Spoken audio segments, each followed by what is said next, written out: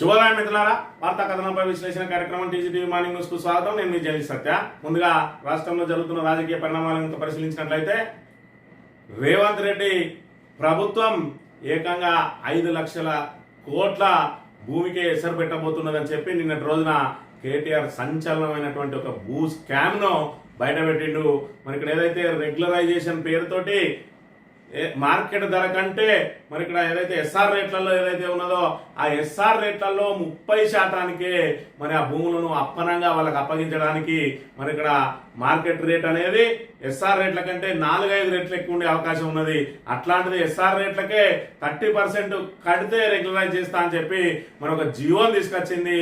దాన్ని నిన్నటి రోజున ఏదైతే వాళ్ళ జేబులు నింపుకోవడం కోసం మరి 9,493 ఎకరాలేమో భూమికి మరి ఇక్కడ ఎసరు పెట్టబోతా ఉన్నారు. దీని ద్వారా మరి పూర్తి స్థాయిలో పెద్ద ఎత్తున మరి ఇక్కడ డబ్బులు చేతులు మారడానికి 5 లక్షల కోట్ల విలువైన భూమికి 5,000 కోట్ల లాభం వస్తుందని చెప్పి నిన్న రోజున శ్రీధర్ బాబు గారు అయితే వితండవాదం చేస్తా ఉన్నాడు. మేము రెగ్యులరైజ్ ఆల్రెడీ వాళ్ళకు యాజమాన్య హక్కులు ఉన్నాయి, మరి యాజమాన్య హక్కులు ఉన్న వాళ్ళకు మేము ఏదైతే కన్వర్షన్ చేస్తా ఉన్నాం అంటున్నారు.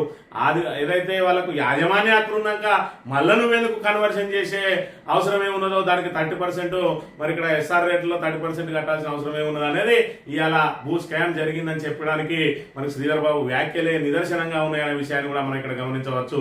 మరి ఆయన ఏదైతే ఆరోపణ చేసిండో దానికి కాకుండా డొంక తిరుగుడు మాట్లాడుకుంటూ నేను ఇంకా జీవోనే తీయలేదని అంటాడు. మరి జీవో తీయకుంటే బీఆర్ఎస్ చేతికి ఎలా వచ్చిందని చెప్పి మరి ఇక్కడ ఏదైతే విలేకరులు అడిగిన ప్రశ్నకి నా దగ్గర సమాధానం లేదు. విలేకరులకు సమావేశం పెట్టి వాళ్ళు అడిగిన ప్రశ్నలు ఏ విధంగా తప్పించుకున్నాడో చూడండి.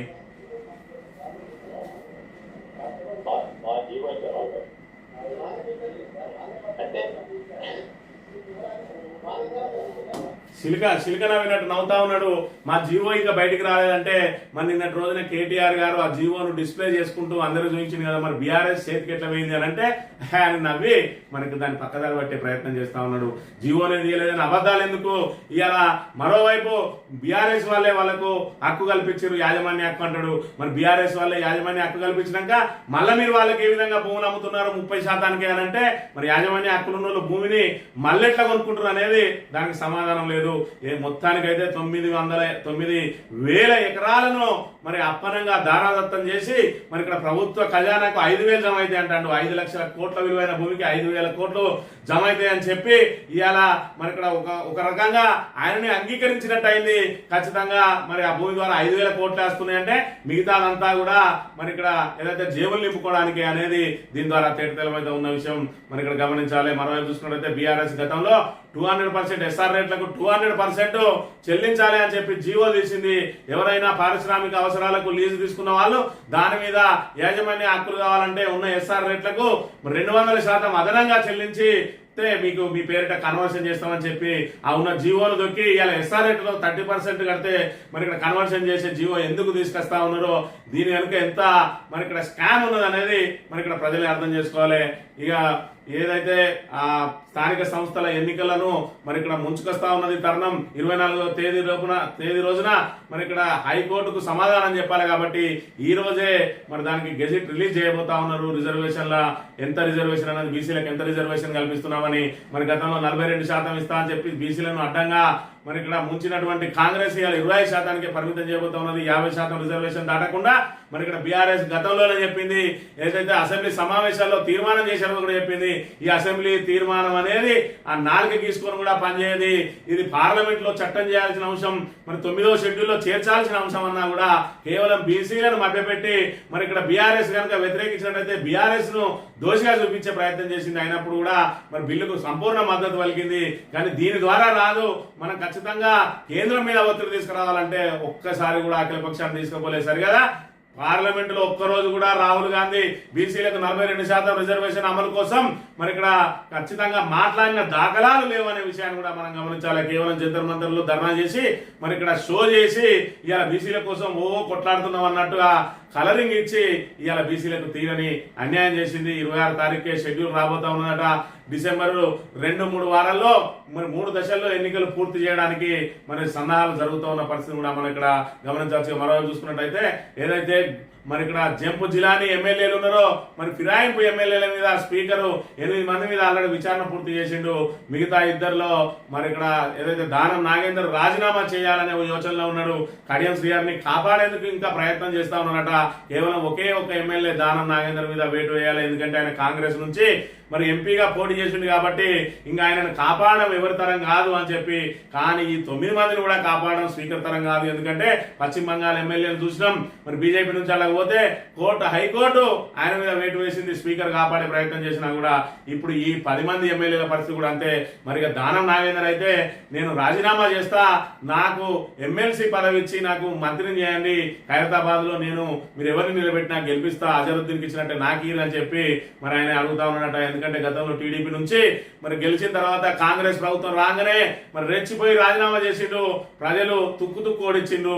మళ్ళీ అదే పరిస్థితి ఎదురైతుంది కాబట్టి నాకు ఎమ్మెల్సీ ఇచ్చి నన్ను మంత్రిని చేయని అని చెప్పి మరి నిన్న రోజున అధిష్టానం చుట్టూ మరి ఇక్కడ ఏదైతే ఆయన చక్కర్లు కొడుతున్న పరిస్థితిని కూడా మనం వచ్చే వార్తా కథనాలను పరిశీలించినట్లయితే ముందుగా నమస్తే తెలంగాణలో 5 లక్షల కోట్ల భూ స్కామ్, దేశ చరిత్రలోనే అతిపెద్ద కుంభకోణానికి తెరలేపిన రేవంత్ కూడా హెచ్ఐఎల్టీపీ పేరిట 99,292 ఎకరాలు మింగే కుట్ర కేటీఆర్. పాలసీ కేబినెట్ ఆమోదం పొందకముందే భూముల డీల్స్, అన్నదమ్ముల అంచనాల కోసమే పాలసీ తెచ్చిన రేవంత్ లక్షల కోట్ల భూమిని అప్పనంగా అప్పగించేందుకు ప్లాన్. ప్రజల నుంచి సేకరించిన భూమి ప్రైవేటుకు సంతర్పణ, 30% ఎస్ఆర్ఓ రేట్లకు రెగ్యులరైజ్, అవినీతికి పరాకాష్ట. బీఆర్ఎస్ ప్రభుత్వం వచ్చాక పాలసీ కేటాయింపులు రద్దు, మెగా భూ కుంభకోణంపై కేంద్రంలోని బీజేపీ స్పందించాలి.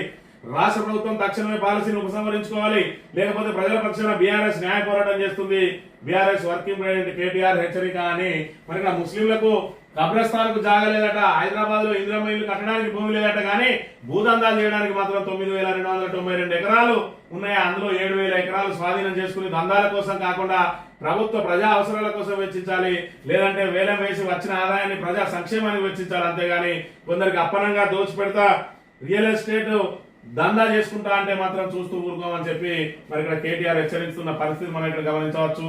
ఇక్కడ చూసుకున్నట్లయితే 9,292 ఎకరాలు మరి ఇక్కడ ఎస్ఆర్ఓ రేట్లు ఏవైతే ఉన్నాయో వాటిలో 30%కే మరి ఇక్కడ వాళ్ళకి రెగ్యులరైజ్ చేయడానికి నిన్న రోజున మరి ఇక్కడ దానికి సంబంధించి కేబినెట్ తీర్మానం చేసింది, పాలసీని మరి ఇక్కడ ప్రకటించింది ప్రభుత్వం. దీని ద్వారా పెద్ద ఎత్తున మరి ఇక్కడ ఖచ్చితంగా మరి డబ్బులు చేతులు మారడానికి మరి అక్కడ ఈ స్కామ్ ను ముందుకు తీసుకుపోతా ఉన్నారు. ప్రభుత్వ ఆదాయానికి గండి కొడుతూ సొంతంగా జేబులు నింపుకునే ప్రక్రియ ఇది. గతంలో బీఆర్ఎస్ ప్రభుత్వం మరి ఇక్కడ 200% ఎస్ఆర్ఓ రేట్ల మీద 200% కట్టాలని చెప్పి మరి ఇక్కడ ఒక పాలసీని తీసుకొస్తే ఆ పాలసీని రద్దు చేసి 30% ఎస్ఆర్ఓ రేట్లు, ఏదైతే మార్కెట్ రేట్ కంటే ఎస్ఆర్ఓ రేట్లు 3-4 రెట్లు తక్కువ ఉంటాయి, అయినప్పటికీ కూడా ఎస్ఆర్ఓ రేట్లలో 30% అని అంటే ఇంట్లో భారీ కుంభకోణం దాగి ఉందని చెప్తా ఉంటే మరి ఇక్కడ భూముల కన్వర్షన్ తో 4-5 వేల కోట్లు ఆదాయం కోసమే నిర్ణయం. సొంత భూములు ఉన్న వాళ్ళు సైతం కన్వర్షన్ చేసుకోవచ్చు. కుంభకోణం జరిగిందనడానికి ఆధారాలు చూపాలంటా ఉన్నాడు మంత్రి శ్రీధర్ బాబు. ఇదే ఆధారం, ఇంకేం ఆధారం కావాలి? ఎస్ఆర్ఓ రేట్లలో 30%కే రెగ్యులరైజ్ చేస్తామని చెప్పడమే మరి ఇక్కడ పెద్ద ఆధారం. దానికంటే ఇంకేం పెద్ద ఆధారం కావాలి? గతంలో 200% కట్టాలని ఉన్న ఏదైతే ఆ పాలసీని ఎందుకు మార్చి 30%కు తీసుకొచ్చిండ్రు? మరి మిగతా ఆ 200% ఇందులో 70%, 270% ఎవరి చేపలకు పోతా ఉన్నది. మరి ఇక్కడ పారిశ్రామికవేత్తలకు 100 ఇస్తే ఇంకా 170% మరి మింగడానికి ప్రయత్నం చేస్తా ఉన్నారు. ప్రజాధనాన్ని మరి దుర్వినియోగం చేస్తా ఉన్నారు. పరిశ్రమల పేరిట భూములను సేకరించిన పేదల దగ్గర నుంచి వాళ్లకు ఎస్ఆర్ఓ రేట్ల ప్రకారమే నష్టపరిహారం ఇచ్చి ఇలా ఉన్న భూములన్నింటినీ కూడా మళ్ళా పరిశ్రమలకు ఏదైతే ఆ వ్యాపారవేత్తలకు రెగ్యులరైజ్ పేరుతోటి అప్పనంగా భూములను అడ్డగట్టి తన అనుచరులకు తన అన్నదమ్ములకు అప్పచెప్పడానికి ఇలా పెద్ద ఎత్తున స్కామ్, అధికారికంగా స్కామ్ చేయడానికి ఈ పాలసీలనే మారుస్తున్న పరిస్థితిని మనం ఇక్కడ చూడాలి. కథం తొక్కిన కాటన్ రైతు, కేంద్ర రాష్ట్ర ప్రభుత్వాల తీరుపై కర్షకుల ఆగ్రహం. ఆదిలాబాద్ జిల్లాలో జాతీయ రహదారి దిగ్బంధం, 100ల సంఖ్యలో పాల్గొని నిరసన తెలిపిన రైతులు పత్తి కొనుగోలులో ఆంక్షలు ఎత్తివేయాలని డిమాండ్ అని చెప్పి మరి ఇక్కడ ఏదైతే ఓ యాప్ తీసుకొని వచ్చి దాంతో రైతులను వేధింపులకు గురి చేస్తా ఉన్నది. 7 క్వింటాల కంటే ఎక్కువ కొనమని చెప్తా ఉన్నది. మరోవైపు తేమ పేరుతోటి వేధిస్తా ఉన్నారు. పత్తి రంగు మారితే తీసుకోమని చెప్పి వేధిస్తా ఉన్నారు. చివరికి రైతులు అధికారుల కాళ్ళ మీద పడి మా పత్తిని కొనుగోలు చేయండి అని చెప్పి వేడుకుంటున్న పరిస్థితి. ఇలా రైతును రాజులు చేయడమే లక్ష్యం అని చెప్పి మాది ఇందిరమ్మ రాజ్యం, రైతు ప్రభుత్వం అని చెప్పి గప్పాలు కొట్టిన రేవంత్ రెడ్డి ప్రభుత్వం ఇవాళ సమాధానం చెప్పాలి. ఈ రైతులందరినీ నడి రోడ్డు మీద ఏ విధంగా వాళ్ళని ఇబ్బందులకు గురి చేస్తా ఉన్నారు. నాడు యూరియా బస్తా కోసం రైతులు పడిగాపులు కాసిండ్రు రాత్రంతా. ఇలా పండించిన పత్తిని అమ్ముకోవడానికి రోడ్లు ఎక్కాల్సిన దుస్థితిని తీసుకొచ్చింది ఇలా కాంగ్రెస్ ప్రభుత్వం. అటు కేంద్ర ప్రభుత్వం, ఇటు రాష్ట్ర ప్రభుత్వం, రెండు ప్రభుత్వాలు కూడా మరి ఇక్కడ రైతులను నట్టేట ముంచుతున్న పరిస్థితిని కూడా మనం ఇక్కడ చూడవచ్చు. నేడు రిజర్వేషన్ల జీవో, రేపు ఎల్లుండి సర్పంచ్ వార్డు స్థానాలకు రిజర్వేషన్ల ఖరారు, ఎన్నికలకు సంసిద్ధతపై హైకోర్టుకు వివరణ, ఎస్ఈసికి లేక 25న కేబినెట్ భేటీ, 26న పంచాయతీ ఎన్నికల షెడ్యూల్ అట. రాష్ట్రంలో పంచాయతీ ఎన్నికల నిర్వహణకు ప్రభుత్వం సర్వం సిద్ధం చేస్తున్నది. గ్రామ పంచాయతీలు, వార్డు స్థానాల రిజర్వేషన్లకు సంబంధించి విధి విధానాలు పంచాయతీరాజ్ గ్రామీణాభివృద్ధి శాఖ ఇప్పటికే ఖరారు చేసింది. అందుకు సంబంధించిన జీవోను శనివారం విడుదల చేయనున్నట్టు అధికారులు తెలిపారు. మరి ఇక్కడ రిజర్వేషన్లు వాళ్ళకు ముందే తెలుసు, 42% రిజర్వేషన్లతో ఎట్టి పరిస్థితుల్లో ఎన్నికలు జరగాయని. ఆ రోజే అధికారులు మల్లమల్ల కసరత్తు ఏందని చెప్పి 50% దాటకుండా ఒక లిస్టు, మరి ఇక్కడ ఏదైతే 42% కలుపుకొని మరి 67%కి ఒక లిస్టు మరి ఏదైతే తీసుకొచ్చిండ్రో అది పూర్తి స్థాయిలో మళ్ళీ ఈ రోజు బీసీలకు మొండి చేయి చూపించి బీసీల కోటాను మరి ఇక్కడ కోసేసి ఇలా కాంగ్రెస్ ప్రభుత్వం ఎన్నికలు పోబోతా ఉన్నది. ఖచ్చితంగా ఈ ఎఫెక్ట్ వెంటనే పడుతుందని చెప్పి ఏదైతే పార్టీ గుర్తులు లేని గ్రామ పంచాయతీ ఎన్నికలను ముందు పెడతా ఉన్నది. మరి గతంలో మొన్నటి రోజున మరి ఇక్కడ 42% ఇస్తా అన్న రోజు మాత్రం ఎంపీపీ జెడ్పీటీసీ పరిషత్ ఎన్నికలను పెడతా అన్నది. మరి అలా ఆ కోటాను కొయ్యంగానే మళ్ళీ గ్రామ పంచాయతీ ఎన్నికలను పెడతా ఉన్నది. ఎందుకంటే బీసీలు ఖచ్చితంగా కాంగ్రెస్ పుట్టిముస్తారు కాబట్టి మరి సర్పంచ్ ఎవరు గెలిచినా మా సర్పంచే మా పార్టీ గెలిచిందని చెప్పి ఈ బాకా పత్రికలు ఏవైతున్నాయో ఆంధ్రజ్యోతి, ఈనాడు, అదేవిధంగా టీవీ5 లాంటి మరి ఇక్కడ తనకు సపోర్ట్ చేసే స్థానాలు ఏబిఎన్లు వీటన్నిట్లలో ఊదరగొట్టి మరి 12,700 గ్రామ పంచాయతీలలో మాకే అత్యధికంగా వచ్చినాయని చెప్పి మరి ఏదైతే ప్రజలను మభ్యపెట్టే ప్రయత్నం చేసి ఆ తర్వాత మరి ఇక్కడ ఎన్నికలకు వెళ్ళాలి, ఏదైతే పరిషత్ ఎన్నికలకు చూస్తుంది. ఏది ఏమైనా ఇవాళ ప్రజలు ఖచ్చితంగా మీరు బీసీలను ఏ విధంగా అయితే మోసం చేసిందో, బీసీలు 6 గ్యారంటీల పేరుతోటి సబ్బండ వర్గాలను ఏదైతే మోసం చేసిందో వాళ్ళందరూ కూడా స్థానిక సంస్థల్లో మీకు బుద్ధి చెప్పడానికి సిద్ధంగా ఉందన్న విషయాన్ని మనం ఇక్కడ గమనించాలి.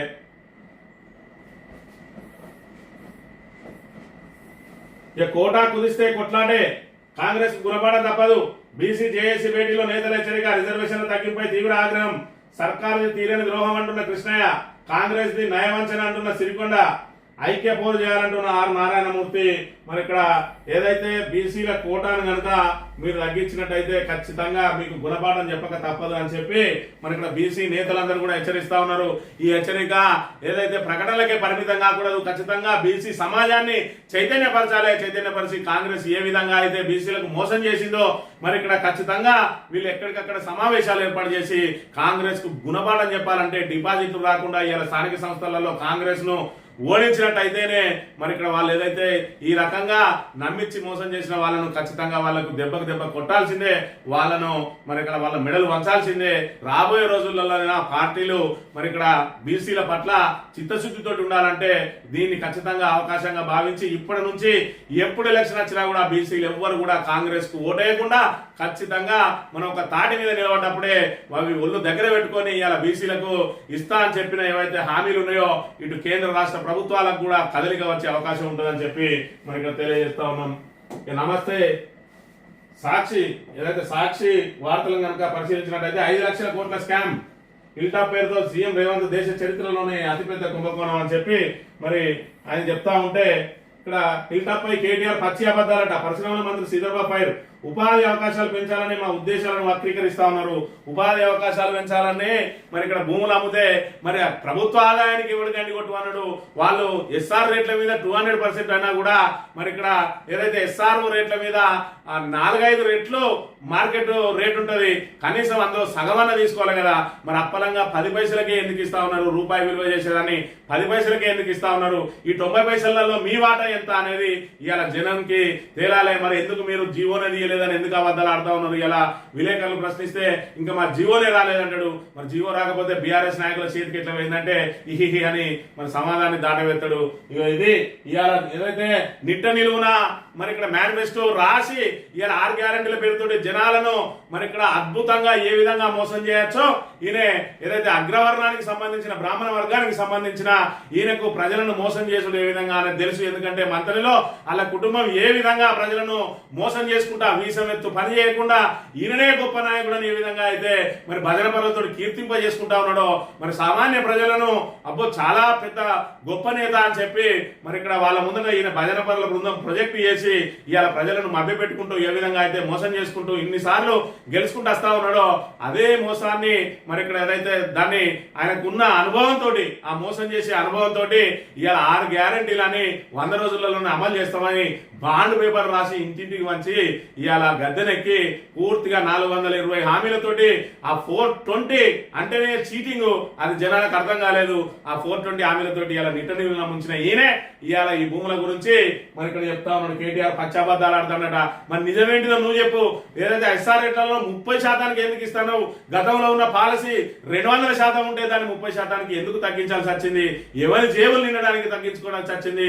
ఇవాళ జనాల దగ్గర నుంచి అప్పనంగా భూములన్నీ లాగేసుకొని విలువగల భూములన్నీ లాగేసుకొని ఇట్లా దొంగతనంగా అమ్ముకొని ఎవరి జేబులు నింపుకుంటా ఉన్నారు. రాబోయే ఇంకో 10 సంవత్సరాలు కూడా కాంగ్రెస్ కు మరి నిలబడే అవకాశం రాదు. ఇక ఖచ్చితంగా మరి ప్రజలు చీత్కరిస్తారు. కాబట్టి ఈ 10 సంవత్సరాలు నిలబడాలంటే దానికి సరిపడా డబ్బులు ఉండాలి. ప్రభుత్వం రాకున్నా నేను ఎమ్మెల్యే గెలవాలని ఎవరికి వాళ్ళు మరి డబ్బు సంచులను మూటగట్టుకొని రేపు ఎన్నికలలో ఓట్లు కొనడానికి అందరూ కూడా డబ్బులతోటి సిద్ధమవుతా ఉన్నారు. అందులో భాగమే ఈ భారీ భూ స్కామ్ అనే విషయాన్ని కూడా మనందరం గమనించాలి. మన సంస్కృతిని యువత తెలుసుకోవాలి. రాష్ట్రపతి నిలయంలో 2వ భారతీయ కళా మహోత్సవం ప్రారంభంలో ద్రౌపది ముర్ము మన శీతాకాల సమావేశాల కోసం వచ్చింది.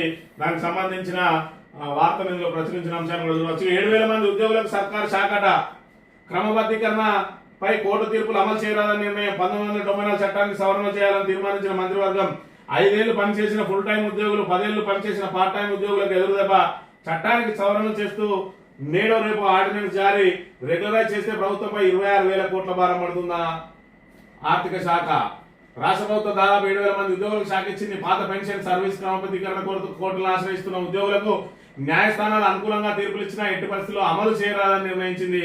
ఈ మేరకు 1994 చట్టం regulation of appointment to public services and rationalisation of staff pattern and pay structure కు సవరణ చేయనుంది. ఈ నెల 15 జరిగిన మంత్రివర్గ సమావేశంలో ఇది ఆమోదం తెలిపిందట.